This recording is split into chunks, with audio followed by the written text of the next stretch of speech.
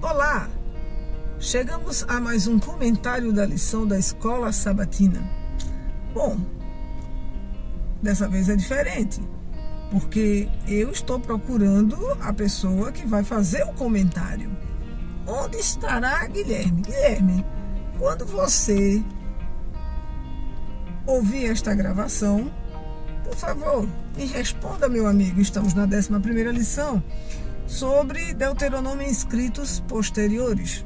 Diz para mim aí, Guilherme, para todos nós, o que você achou de interessante nos escritos posteriores? Diz algo que a gente possa aplicar atualmente à nossa época. Essa forma bem interessante que os autores modernos, né, até bem atuais, eles buscam nos escritos do Antigo Testamento, e principalmente ali no livro de Deuteronômio, algumas orientações, explicações para tudo que estamos vivenciando hoje. Vai, Guilherme, diz pra gente aí, a gente está fazendo uma viagem, não está? Viajando e comentando a lição da Escola Sabatina. Olá, Maísa, que bom falar contigo. Pois é, eu estou nesse momento aqui debruçado, né, nos escritos, né, estou lendo aqui um pouco de Ellen White, né, Patriarcas e Profetas, dei uma lida também aqui nos comentários da lição, e essa lição dessa semana, ela tá incrível, né, tem muita coisa bacana pra gente falar, né. De fato, os profetas, né, eles se referiam bastante, né, mencionavam muito a lei, né, e principalmente quando eles fazem essa redescoberta, né. E o tema dessa semana, ele é bem interessante, né? Porque vai falar bastante como que o livro de Deuteronômio está nos escritos posteriores, né? E os profetas sempre mencionaram a lei. Isso é muito interessante, né? Vamos mergulhar um pouco nesse ponto, né? Você perguntou, né? O que a gente poderia trazer, né? Novo para hoje, né? Com relação a esse ponto, né, da lei. Tem algumas coisas que eu queria destacar, assim, né, com relação a esse assunto, né. Lembrando que essa é uma prática, inclusive, até mesmo na academia, né. Na academia, a gente se inspira nos clássicos para trazer uma luz para hoje, né. E nós devemos fazer isso sempre, né. Então, será que a gente precisaria voltar para a lei, para repensar a lei nos nossos dias, né? Ou será que tem algum ponto da lei que a gente não pensa, ou que a gente esqueceu de fato, né? Que a gente negligencia? E aí eu queria dar um destaque à fala do profeta Jeremias, né? O profeta Jeremias, ele é incrível, né? Quando ele traz ali a sua mensagem de advertência ao povo, tem muita coisa que a gente deveria sim pensar para os nossos dias, né? Primeiro, já no capítulo 7, né, como na lição na terça-feira vai falar, o profeta Jeremias, ele faz um clamor à obediência à lei, né? Nesse clamor ali, é especialmente voltado contra a opressão e a idolatria. A gente percebe que o âmago da mensagem dos profetas é voltado para esses dois pontos: opressão e idolatria. Opressão contra o pobre, né? Opressão contra as pessoas que estavam em vulnerabilidade no meio do povo. E a idolatria, como a gente já sabe, né? A adoração a diversos outros deuses. Inclusive, ele vai falar essa mensagem no capítulo 7 contra aqueles que iam adorar a Deus. Muitas pessoas estavam indo para o templo para adorar a Deus, mas tinham uma opressão, ou seja, não estavam dando atenção à causa do pobre lá no meio do povo de Israel. E Deus, ele fez uma lei específica para isso, né? Para que o pobre ele fosse visto no meio do povo e não houvesse no meio do povo de Deus pessoas passando fome. O profeta, ele faz essa repreensão muito forte. Isso é bem importante, sabe? Acompanha aí comigo, Maísa. Veja, olha o que ele diz em Jeremias 8:11. Eles tratam da ferida do meu povo como se ela não fosse grave. Paz, paz, dizem, quando não há paz alguma. Vê que coisa forte. Paz, paz, dizem, não há paz alguma. Tratam a ferida do meu povo como se ela não existisse. Esse é um momento muito claro de opressão que estava ocorrendo ali, as pessoas dizendo que estava tudo normal. Será que isso não ocorre nos nossos dias? A gente vê um problema tão sério, né, no nosso país, no mundo, né? E a gente às vezes trata esses problemas como de uma forma bem suave, como se eles existissem, mas fosse algo normal. E não é isso que Deus quer. Né? O profeta, ele vai relembrar que a lei, ela não é somente os 10 mandamentos. E a gente às vezes se orgulha tanto, né? Nós somos o povo que guardamos os 10 mandamentos. Mas existe esse ponto, a questão do pobre, que é uma lei, tá? Muito importante. Veja, ele vai falar, principalmente aqui na lição, quando a gente vai ver aqui na terça-feira, já na parte final, ele diz assim, olha, essa obediência incluía como tratava os estrangeiros, órfãos, viúvas, o que remonta diretamente a Deuteronômio e algumas estipulações da aliança. Como tratavam essas pessoas, né? E aí eu fico pensando, né? É uma questão mais particular minha, né? Como é que a gente trata as pessoas que estão em vulnerabilidade no nosso meio, né? Como é que a gente trata o pobre na nossa igreja, fora da igreja também?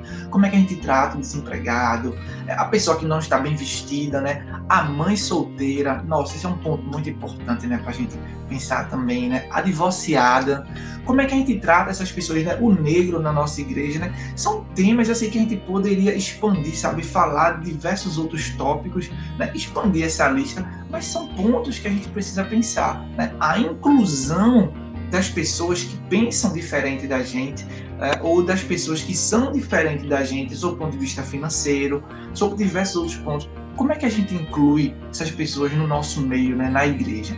Esse é um ponto que eu pensei com essa fala, né, do Jeremias. Mas o Jeremias, ele vai além disso. Ele vai, de fato, para uma questão bem mais profunda, que é a questão da pobreza. Né? Como que a gente vai lidar com essa situação? Né? O profeta, ele destaca a questão da avareza, a questão da ganância, a questão da acumulação de bens. Olha, viu o que é que Jeremias ele vai falar no capítulo 8 e no verso 13? Olha o que ele diz. Eu quis recolher as colheitas deles, declara o Senhor. Mas não há uvas na videira, nem figos na figueira. As folhas estão secas. O que lhes dei será tomado deles. Aqui, Jeremias ele faz uma alusão muito forte ao Deuteronômio, principalmente no capítulo 4, quando ele vai falar o seguinte aqui, olha, na verdade é o capítulo 24, o versículo 21, quando o Jeremias ele vai falar que as uvas e os figos, né, eles deveriam permanecer lá na plantação. Os donos deveriam fazer apenas uma colheita e não voltar lá para fazer outras colheitas, para evitar a acumulação, de bens nos tempos antigos. Ou seja, eles retiravam aquilo que eles precisavam, no outro dia voltava lá e retirava aquilo que eles precisavam, para que os pobres, depois que fosse colhido, fosse lá e retirassem as uvas, retirassem os figos, ou seja, pudesse se alimentar da prosperidade daquelas pessoas. Então veja como é uma mensagem super importante que a gente deveria falar hoje, a questão da acumulação de bens, né? A acumulação de capitais, a acumulação de posses, né? De vestimentas, diversos tipos de acessórios. Eu fico até pensando, né? Por que eu preciso todo sábado ir com a roupa diferente para a igreja, se a roupa ela tá limpa, né? Bom, enfim, essa é uma questão cultural, mas aí a gente vai pensando, né? E é uma advertência à acumulação. E essa acumulação, muitas vezes, esse recurso que sai da gente para acumular bens, para a gente poderia ser destinado para ajudar outras pessoas. O próprio Jesus ele fala isso, né? Quando ele diz, não juntemos, né, tesouros na terra, né? Não ajunteis tesouros na terra, né? Onde as traças e o ferrugem tudo consome, né? Então, esse é um ponto super importante, né? Olha, Deuteronômio 10, 17, fala o seguinte, olha, pois o Senhor, o seu Deus, o Deus dos deuses, não age com parcialidade. Ele defende a causa do órfão e da viúva e ama o estrangeiro, dando-lhe alimento e roupa. Veja que coisa super importante, né? Deus, ele defende a causa das pessoas com necessidade, né? E ele ainda é mais contundente quando ele vai lá em Deuteronômio 27, 19, quando ele fala o seguinte, olha, maldito quem negar justiça ao estrangeiro, ao órfão ou à viúva. Veja o cuidado de Deus com as pessoas em vulnerabilidade social, né? As pessoas que eram desamparadas no meio de Israel. Essa justiça que a Bíblia fala, ela é traduzida, né, do tzedekah, né? Eu acho que se fala assim, né, tzedekah, né? Que é uma prática, né, exigida pela Torá de doação de 10% de nossa renda para os pobres. E não era apenas uma caridade ou uma bondade, mas sim uma obrigação. É a lei, é o cumprimento da lei. E eu pesquisando, né, no Patriarcas e Profetas, achei na página 530, né, Ellen White falando que, a fim de promover a reunião do povo para o serviço religioso, bem como para fazer provisões aos pobres, exigia-se um segundo dízimo de todo o lucro. A gente não fala disso, né? Um segundo dízimo de todo o lucro para ajudar o pobre. Veja que tema importante para se tratar. Isso dá uma semana de oração, isso dá mais que uma semana de oração, né? Então, bom, já caminhando, né, para a gente finalizar, eu lembro, né, do que Oséias ele vai falar, e aí ele fala isso na quarta-feira, né, na lição de quarta-feira, Oséias 6,6, né? Deus ele diz, olha, porque eu quero misericórdia e não sacrifício, e o conhecimento de Deus mais do que holocaustos. Oséias ele está bem conectado com Isaías, quando lá no capítulo 58, o Isaías ele vai falar do jejum verdadeiro, tá? Quando ele vai dizer lá, especialmente no versículo 6, que ele quer que o jejum verdadeiro não seja o jejum de sacrifícios, mas sim libertar o pobre da opressão. No capítulo 1 de Isaías, lá para o versículo 11 e 17, ele fala isso novamente, ou seja, ele não quer que as pessoas sejam apenas fiéis, por exemplo, hoje nos dízimos, nas ofertas, fiéis no sábado, fiéis em cumprir os 10 mandamentos como nós cumprimos, apenas. Ele quer que a gente seja fiel também nesse outro aspecto, que é livrar o pobre da opressão. A gente precisa pregar contra a ganância, contra a avareza, contra a acumulação de bens. E isso está na lei. Esse foi um ponto central, né, da nossa lição nessa semana, né? Provérbios 31, lá no versículo 8 e 9, vai falar disso também. Erga a voz a favor dos desamparados, a favor dos pobres, aquele que não pode se defender. Essa é a lei de Deus também. A gente não pode esquecer desse ponto. Precisamos fazer uma releitura da lei para os dias de hoje, contra a acumulação de bens, contra a avareza, contra a ganância.